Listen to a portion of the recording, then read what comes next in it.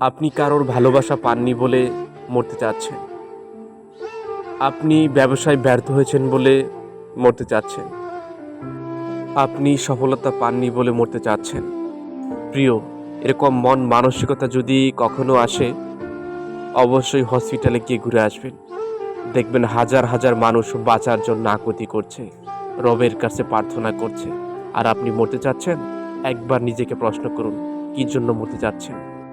ভালোবাসা, ব্যর্থতা, সফলতা না পাওয়া সবই হবে যদি আপনি বেঁচে থাকেন।